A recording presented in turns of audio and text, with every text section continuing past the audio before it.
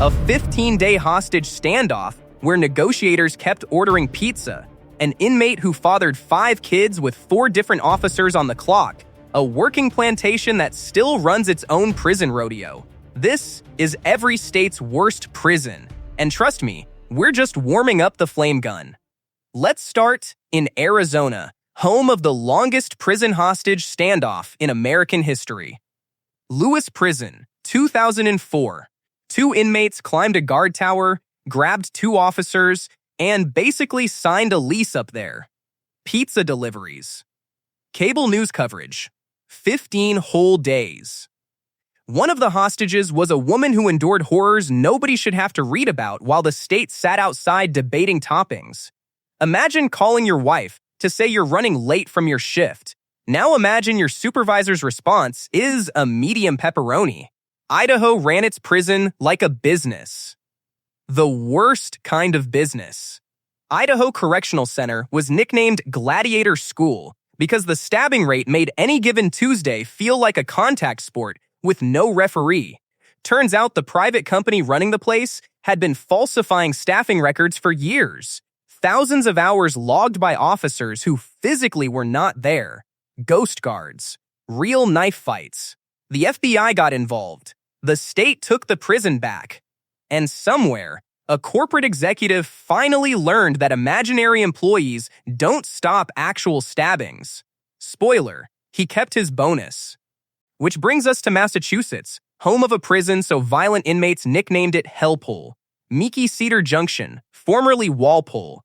In 1973, the guards straight up walked out. Prisoners then ran their own cell blocks for 3 months. Schedules, programs, discipline, the whole org chart. Violence actually dropped while inmates were in charge, which is the most Massachusetts thing a Massachusetts prison has ever done. Once the state took the place back, murder rates shot right back up. So to recap, inmates were better at running the prison than the prison was. File that one. Speaking of inmates running the joint, Maryland's Baltimore City Detention Center produced the wildest prison scandal of the 21st century. The Black Guerrilla Family Gang didn't operate inside the jail.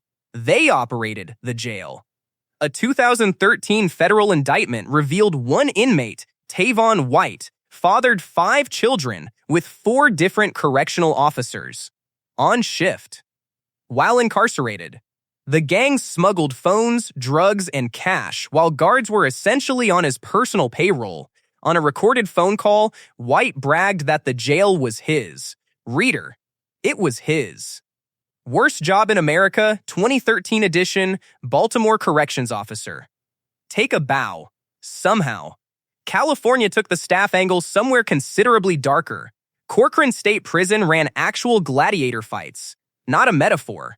Not a nickname. Guards pitted rival gang members against each other in the yard, bet on the outcomes, and shot the losers when things escalated. 7 inmates were killed during this so-called entertainment. Corrections officers were tried in federal court and somehow acquitted across the board. Every single level of oversight failed simultaneously. Imagine explaining that verdict to literally anyone. Montana's chaos came with heavier artillery. The old prison in Deer Lodge hosted one of the strangest riots in American history. 1959. 2 inmates took the deputy warden hostage, killed him in a tower standoff, and the National Guard ended the whole thing by firing an actual bazooka at the wall. A bazooka! Into a prison tower. In Montana, the ringleader Jerry Miles died in the assault. The building is now a museum where you can walk through that exact tower. Someone sell that man a gift shop mug. He earned it posthumously. Down south, Alabama's version earned a nickname the tourism board definitely didn't approve. Holman Correctional Facility. Inmates call it the slaughterhouse. The Department of Justice sued Alabama over conditions, citing a stabbing rate that would make a horror movie flinch, and guards so terrified they stopped showing up for work. Inmates ran entire wings unchallenged. Kentucky gave its worst prison a much prettier name, and it didn't help at all.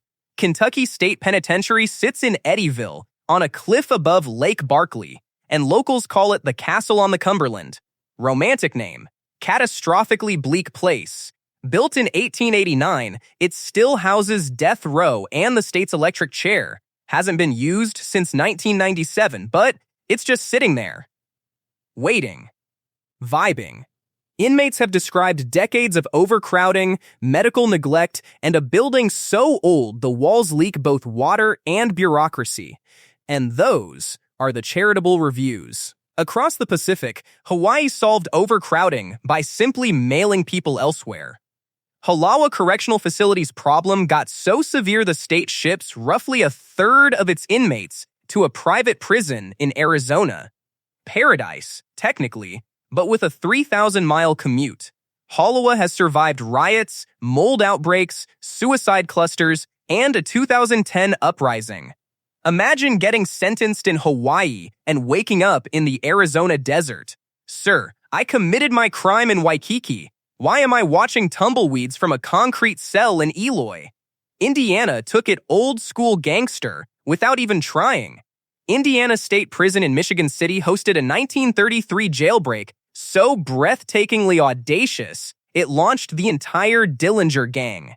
John Dillinger, freshly paroled, arranged for guns to be smuggled inside so 10 of his buddies could shoot their way out. 10. Simultaneously. The castle, as inmates call the Gothic stone fortress, still runs death row today and carries a century-long reputation for violence, rodents, and architecture that makes defense attorneys visibly sweat. Less a prison, more a Tim Burton production on a government budget. Iowa built theirs before Iowa was legally a concept. The state penitentiary in Fort Madison opened in 1839, older than Iowa being a state. The prison predates the entire notion of Iowa. The original limestone fortress hosted a 1981 hostage crisis where inmates held guards for nearly 2 days. Conditions eventually got so bad the federal government forced Iowa to build a replacement facility, which they finally did. In 2015, so for 176 years, people served time in a building older than most of the country around it. Better late than sorry, Iowa. Technically. Not every state stayed stuck forever. North Dakota State Penitentiary used to be notorious. Built in the 1880s, it ran a system where inmates were contracted out as essentially free labor to local businesses and farms. Modern North Dakota has since reformed into one of the most humane prison models in America, which is genuinely shocking for a state this ideologically conservative. Before that glow-up, decades of overcrowding, riots, and escape attempts. Nice work pulling it together. Only took about 120 years. Progress is progress. Maine's history reads like the world's most depressing short story. Maine State Prison sounds charming until you read about its predecessor in Thomaston, where inmates were kept in underground pits carved directly into solid rock. Literal stone pits. The modern facility in Warren inherited a solitary confinement culture so aggressive that Maine became a national test case for reforming it. Former Commissioner Joseph Ponte famously slashed solitary numbers, then left for New York, where things did not, by any measure, go as planned. Ponte moved on. Maine moved on. The pits remain in the historical record forever. New Hampshire flies quietly under the radar. The New Hampshire State Prison for Men in Concord stays out of national headlines because nothing as flashy as Angola or Parchman ever went down there. But guards describe chronic understaffing. The facility has cycled through wardens following accusations of excessive force. A 2017 lawsuit nailed the state over mental health treatment. Live free or die, unless you're incarcerated, in which case live in a 140-year-old building with plumbing held together by optimism and old tape. Vermont tried to dodge the problem entirely by pretending it wasn't Vermont's problem. Technically, the state doesn't have a famously bad prison. Vermont has a worse one somewhere else's state. The system is so overcrowded Vermont regularly ships inmates to private prisons in Mississippi and Michigan, where several have died in custody far from home.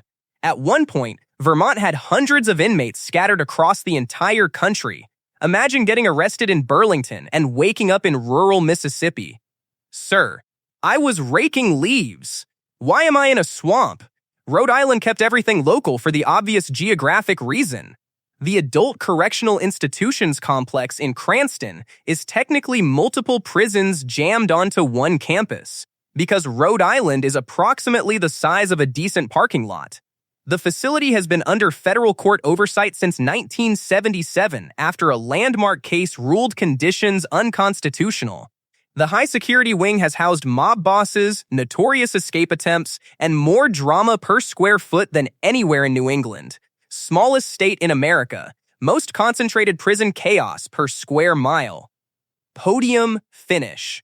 Honestly impressive. Connecticut built one so deliberately cruel, they eventually had to shame themselves into shutting it down. Northern Correctional Institution was so grim the state closed it in 2021. That's right. The government built a prison and then stood back and said, yeah, actually, we went too far on this one. The UN Special Rapporteur on Torture specifically called out Northern for its use of isolation. Inmates spent years in solitary, chained during their single hour of daily exercise, denied mental health care. When the United Nations is publicly calling out your prison, the facility has failed at every conceivable level. Virginia kept that energy alive and painted it beige.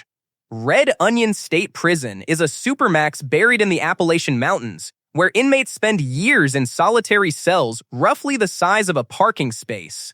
The ACLU, Amnesty International, and the United Nations have all cited conditions there as torture. Opened in 1998, Red Onion keeps prisoners locked down 23 hours a day, meals pushed through door slots, human interaction measured in minutes per week. The walls are painted beige. Somehow that specific detail makes the whole thing measurably worse. Colorado took Supermax and made it federal and permanent. Adex Florence, nicknamed the Alcatraz of the Rockies. Technically a federal facility, but we're absolutely counting it. This place has simultaneously housed the Unabomber, the Boston Marathon bomber, and El Chapo under the same roof. Inmates spend 23 hours a day alone in a concrete box with a slit window that shows approximately zero visible sky. One former warden called it a clean version of hell. Direct quote, from the man who helped build it. When your own guy calls it hell, congratulations, you constructed hell. Locking people in silent boxes wasn't actually a new concept. Pennsylvania's Eastern State Penitentiary basically invented solitary confinement as a rehabilitation strategy. Spoiler, it went catastrophically. Opened in 1829, the prison kept every single inmate in total isolation behind stone walls, hoping unbroken silence would inspire repentance. Charles Dickens personally toured it and wrote that it was worse than any physical torture he had ever witnessed. Thanks for the Yelp review, Charlie. The building now runs a Halloween haunted house because Pennsylvania genuinely believes trauma should be monetized seasonally.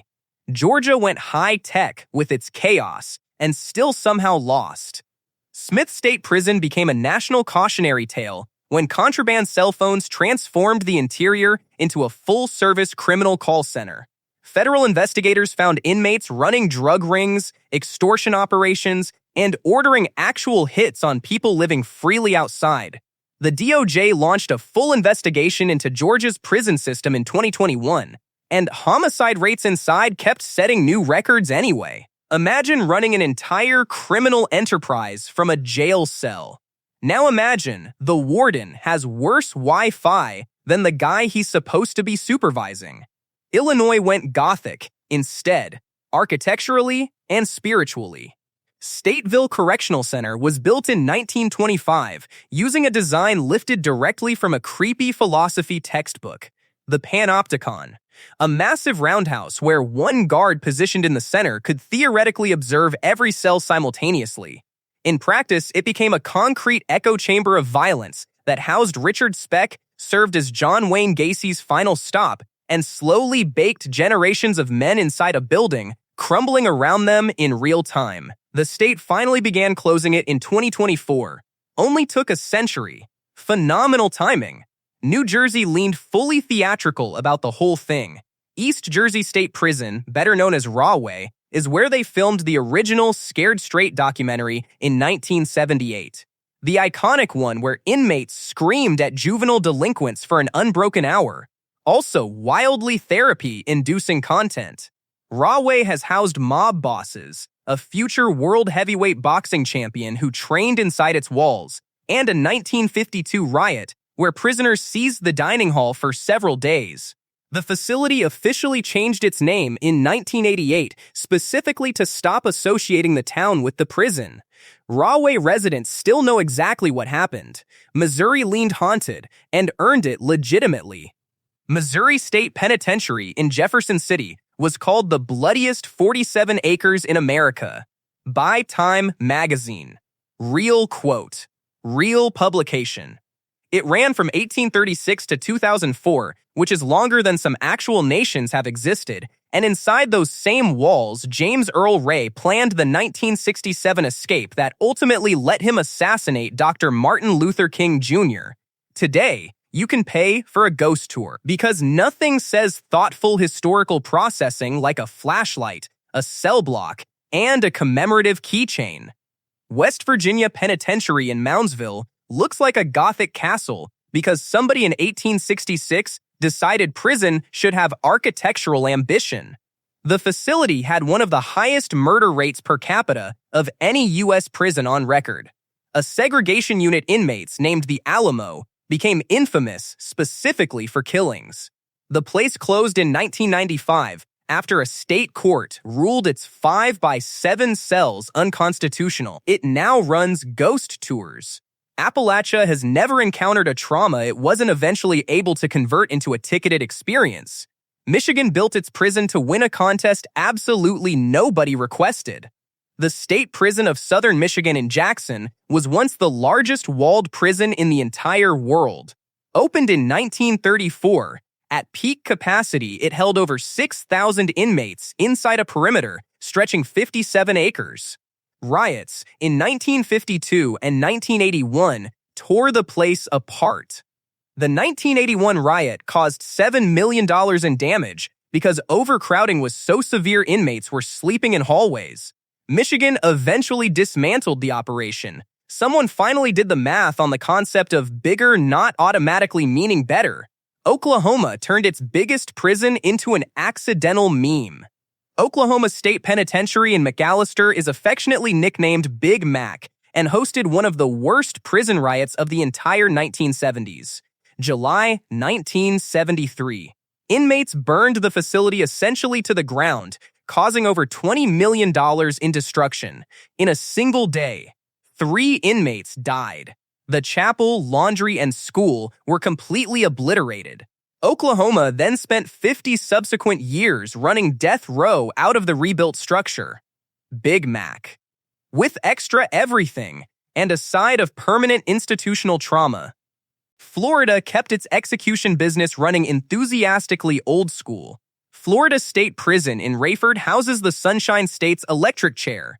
Yes, currently, it's nicknamed Old Sparky, which is frankly too adorable a name for a device that has literally set people's heads on fire multiple separate times. More than once, the state of Florida looked directly at what just happened and decided to run it back anyway. The prison also houses death row, a legendary cockroach population, and heat so oppressive it would make the devil quietly request a ceiling fan. Utah kept a different execution method even more aggressively vintage.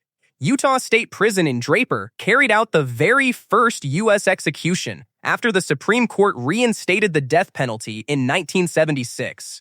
Gary Gilmore, shot by firing squad. January 1977. A firing squad in modern America.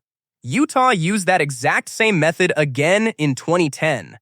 The prison ran for 70-plus years, cycling through riots, escapes, and a parade of lawsuits before finally closing in 2022. Utah remains the state most actively preserving the firing squad as a legitimate option. Bold, ongoing commitment to a very specific bit. Oregon went the oldest possible route and just stayed there. Oregon State Penitentiary is the oldest prison in the Pacific Northwest and still keeps the state's execution chamber inside its walls today.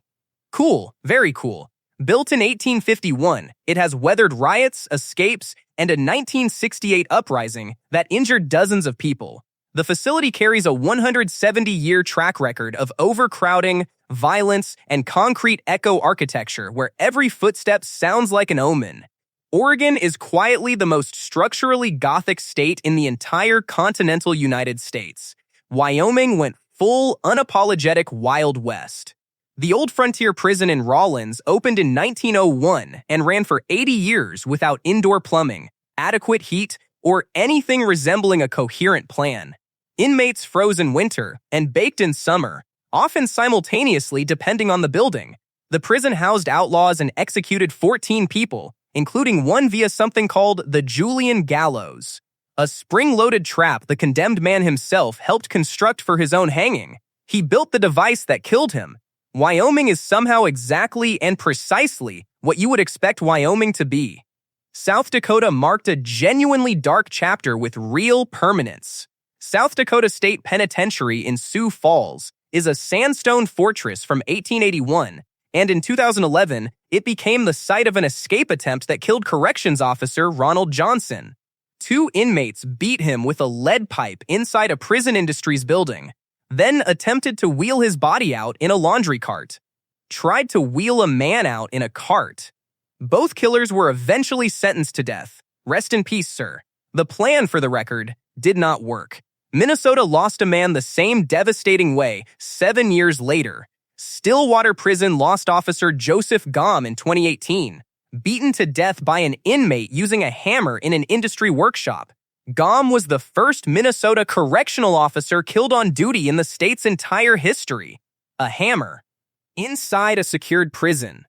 Distributed for supervised work detail.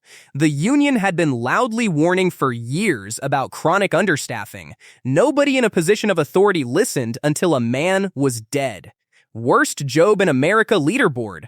Updated. Permanently and painfully. Wisconsin's crisis was still actively unfolding. Waupun Correctional Institution made national news in 2024 when its warden was charged with felony misconduct following a string of inmate deaths. Multiple staff members also faced charges. The 1854 facility had been on extended lockdown, with inmates allegedly denied showers, medical attention, and contact with their families. 1-star review from an inmate's relative: "My brother went in healthy and came out in a box." Sir, with all due respect, that is not a review. That is the opening paragraph of a federal investigation. Kansas had its own unmistakable boiling point.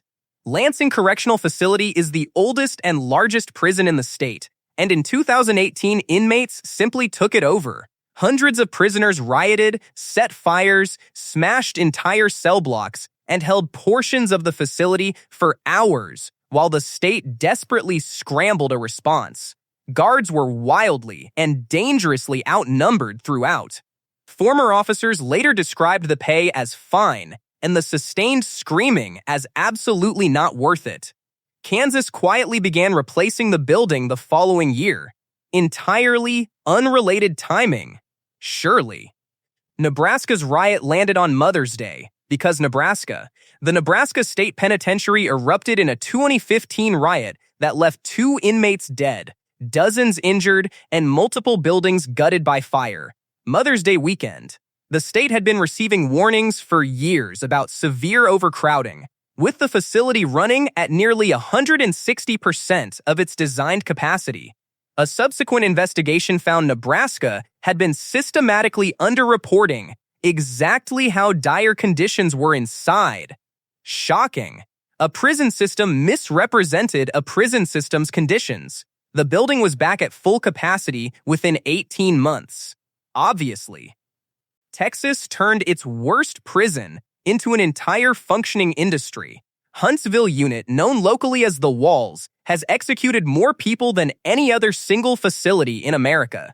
Since Texas reinstated the death penalty in 1982, over 580 people have been put to death in that one specific room. That's not a prison with an execution chamber attached. That's an execution chamber that happens to also contain a prison. Texas also runs most of its facilities without air conditioning through triple-digit summers, which prisoners simply call cooking. Everything's bigger in Texas, including the annual heat stroke numbers. Nevada went quieter than Texas and somehow arrived somewhere worse. Ely State Prison sits in the high desert, 5 hours from Las Vegas, and holds the state's death row. Conditions deteriorated so severely the Acclus sued in 2008 after discovering inmates were dying from medical neglect, including one man who reportedly had maggots in an untreated open wound. Maggots. In a living person. In an active government-operated facility. A federal judge described the medical care there as an abomination, his actual chosen word, from a sitting federal judge who had seen many things. Alaska's neglect came packaged with an extreme weather condition. Spring Creek Correctional Center in Seward sounds like a charming bed and breakfast recommendation. It is emphatically not. We're discussing a prison so geographically remote the nearest theoretical escape route is a glacier. Inmates have died from medical neglect, violence, and the sustained existential weight of sitting in a concrete box in a place where sunlight stops arriving for approximately half the calendar year. Seasonal depression, but make it a criminal justice crisis. Not a good look for the last frontier. Down the coast, Washington went full committed biker. Washington State Penitentiary in Walla Walla earned the nickname Concrete Mama in the 1970s because of how completely ungovernable the place became. Inmates ran the prison, which officials generously described as self-governance, which is a diplomatic way of saying we lost the facility. Biker gangs operated actual clubhouses inside the walls, motorcycle gang clubhouses. Inside a functioning prison. The state locked it back down hard after a 1979 uprising and a wave of federal lawsuits. The DOJ mandated reforms. Because naturally, that's what it took. North Carolina's chaos emerged directly from the prison workshop floor.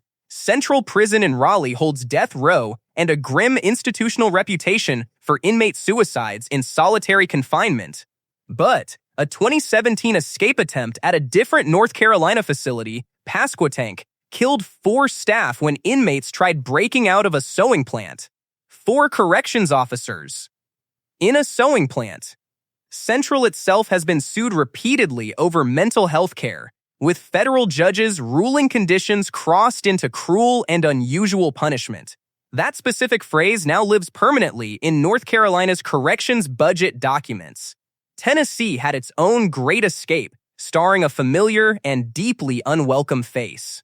Brushy Mountain State Penitentiary sat in a mountain valley so naturally isolated it was described as its own box, which didn't prevent James Earl Ray from escaping in 1977.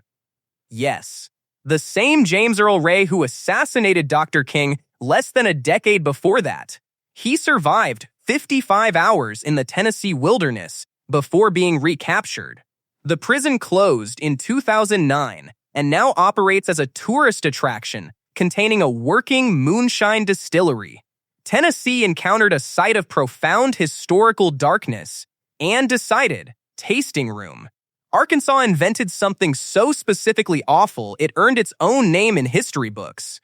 Tucker Farm and Cummins Unit ran the state's prison system, and at one facility somebody built a device called the Tucker telephone. An actual hand-cranked telephone connected to an inmate's genitals and used for electrocution as routine punishment. Real name, real machine, real 1960s American corrections policy. Bodies were eventually found buried in shallow graves on the surrounding grounds. A governor had to personally intervene. The warden who exposed the entire operation subsequently had his life threatened. The man who revealed literal torture got run out of the state. Classic. South Carolina had a newer version of the same institutional catastrophe. Lee Correctional Institution saw the deadliest American prison riot in 25 years. April 2018. 7 inmates killed, 22 injured, over 7 unbroken hours of fighting, with essentially zero guard intervention, because the prison was catastrophically and inexcusably understaffed. Officials later confirmed contraband cell phones were actively fueling internal gang warfare, and the riot began over territory. Bodies accumulated while staff waited for SWAT teams to arrive from off-site. 7 hours elapsed. For context, actual pizza delivery is faster than that response. Ohio's riot lasted longer than any prison uprising in recorded American history. Southern Ohio Correctional Facility in Lucasville hosted 11 consecutive days of chaos beginning in April 1993. Inmates seized Cell Block L, took guards hostage, and killed Officer Robert Vallandingham when negotiators stalled the process too long. 9 inmates also died during the standoff, most killed by fellow prisoners settling gang scores under cover of the chaos.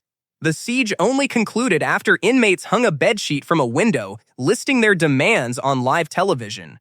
Rest in peace, Officer Vallandingham. Ohio finally negotiated by bedsheet. A first. New Mexico's was shorter, infinitely worse per hour. New Mexico State Penitentiary in Santa Fe witnessed the most violent prison riot in American history. February 1980. 36 hours of pure destruction left 33 inmates dead, the majority killed by other prisoners using blowtorches taken from the maintenance shop. Guards had received overcrowding warnings for years. Files containing the names of informants were located early and used as an organized hit list. Every individual word in that sentence is real and documented. Nothing about how that sentence reads should be possible, and yet. Mississippi contains a horror that predates everything else on this list by generations. Parchman Farm isn't really a prison. It's a functioning plantation that also incarcerates people. 18,000 acres of Delta cotton fields originally worked by black inmates under conditions structurally identical to slavery because, functionally, they were slavery. In 2020, Jay-Z and Yo Gotti sued the state over rats, mold, raw sewage, and a body count, hitting the news cycle weekly. The DOJ launched its own parallel investigation. When recording artists are doing Amnesty International's work, the prison system has failed completely. And Parchman isn't the only plantation prison still actively operating in this country. Hold that thought. New York's disaster was the one the entire country watched unfold in real time. Attica Correctional Facility gave us the bloodiest prison uprising in American history. September 1971. Over 1,000 inmates seized the facility, took 42 staff hostage, and demanded profoundly basic things: functioning medical care, showers that weren't biohazards. Governor Nelson Rockefeller refused to visit in person. 4 days later, state police stormed the yard firing blindly through tear gas clouds. 43 people died total, including 10 hostages killed by the rescue operation itself. Rockefeller went on television afterward and called it justified. Sir, what exactly was the plan going in? Delaware's tragedy was smaller in scale and no less completely devastating. James T. Vaughn Correctional Center exploded in February 2017 when inmates seized an entire building and held guards hostage for 18 hours. Sergeant Stephen Floyd, universally described as a beloved officer, was killed during the siege. He had spent years warning his supervisors directly that conditions there were an active powder keg waiting. The letters he wrote to management personally requesting staffing improvements are now fully public record. Nobody in a position to act listened. Rest in peace, Sergeant Floyd. Worst job in America leaderboard, permanently retired, because a man like him shouldn't have been on it. And the absolute undisputed heavyweight champion of this entire list is Louisiana State Penitentiary. Angola, the largest maximum security prison in the country, constructed on a former slave plantation and still operating on that same soil today. 18,000 acres of farmland actively worked by inmates who until recently earned around 4 cents per hour. Once officially called the bloodiest prison in America, earned through a stabbing rate hitting multiple victims weekly at its peak. Then Louisiana surveyed all of that history and decided to add a prison rodeo, where inmates ride bulls in front of paying outside audiences. For entertainment, that same ground that broke human beings for 2 centuries now sells concession cokes and commemorative t-shirts with a logo on them. Angola isn't the worst prison in America because of what happened there. It's the worst because of what's still happening there right now, and the country just keeps driving past. We went from a guard tower apartment in Arizona to a plantation rodeo in Louisiana, with a Mother's Day riot, a castle on the Cumberland, and a sergeant who begged his bosses to listen scattered somewhere in between. 50 states. 50 distinctly different flavors of wrong. Thanks for writing this one all the way out. If your jaw hit the floor at least 3 times, hit subscribe so you're locked in for next week, when we break down every state's craziest law. And trust me, you thought the prisons were unhinged. Wait until you see what's currently legal.